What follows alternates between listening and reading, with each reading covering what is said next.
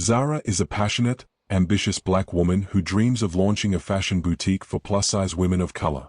Despite her talent, hard work, and the clear demand for her designs, she faces roadblocks in the form of financial barriers, racial discrimination, and an industry that refuses to see her as a legitimate entrepreneur. As she battles for funding and visibility, Zara's journey becomes about more than just business. It's about proving that her vision and her voice matter. Zara is in her late 20s and has been passionate about fashion her entire life. Growing up in a neighborhood filled with vibrant, diverse cultures, she always noticed how the fashion world seemed to leave out women like her, plus-size women of color who often struggled to find stylish, affordable clothing that made them feel confident and represented. Zara decides to change that by opening a fashion boutique dedicated to curating stylish, well-made clothing specifically for plus-size women of color. Her vision is clear. Zara wants her boutique not only to sell clothing but to create a space where women can feel seen and empowered.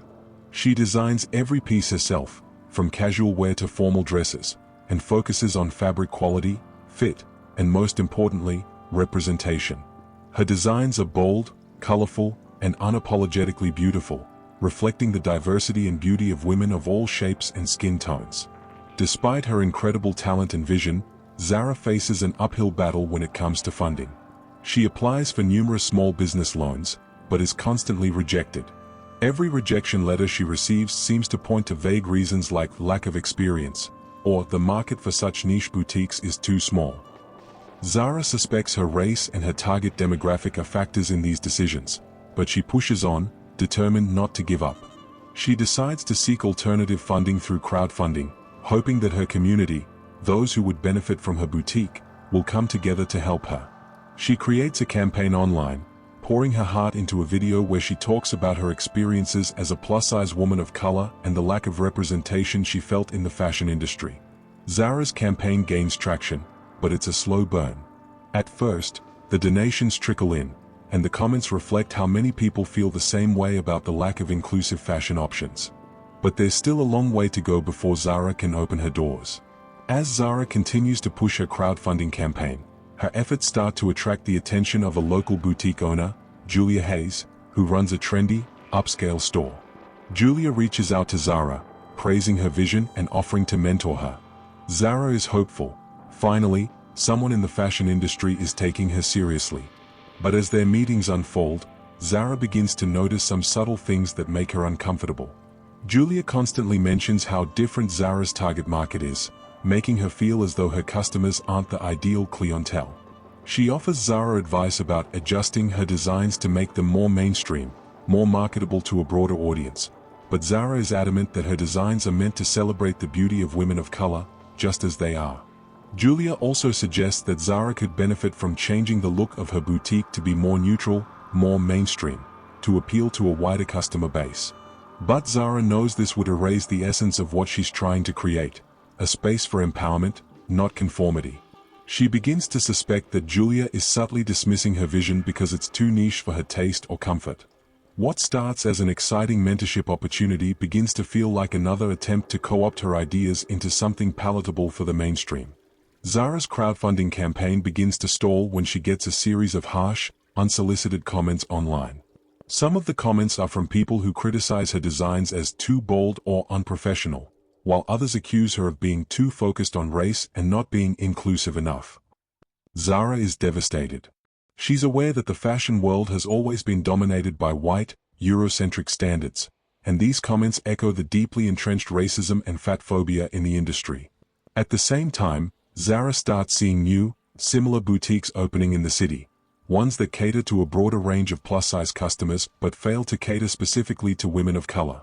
These boutiques, often backed by white investors, are getting the attention and funding Zara had been seeking for months. The injustice of it all eats at her. She knows her vision is being overlooked because of her race and the specific community she is trying to serve. Zara, heartbroken but not broken, decides to double down.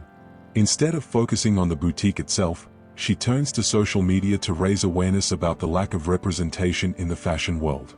She posts pictures of her designs, styling them on women of all shapes and skin tones.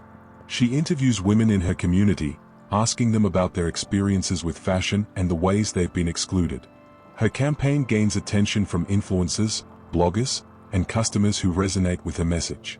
Zara's story goes viral.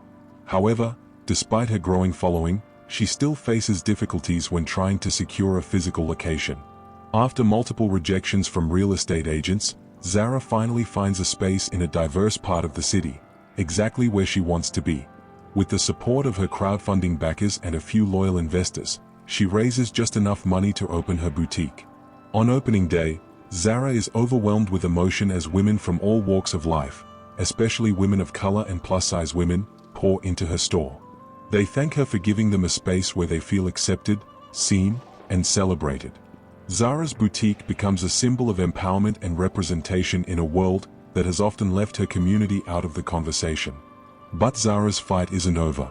Julia, the mentor-turned-rival, tries to undermine her by copying her designs and promoting them as her own.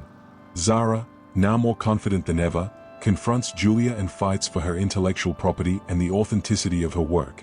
Zara's boutique becomes a place where she not only sells clothing but advocates for change in the fashion industry.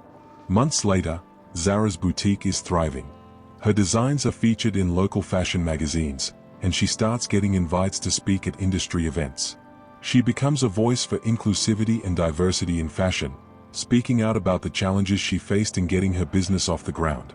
Zara's success also creates opportunities for other entrepreneurs of color. She mentors young designers and helps them navigate the industry, ensuring that their voices don't get drowned out by the status quo.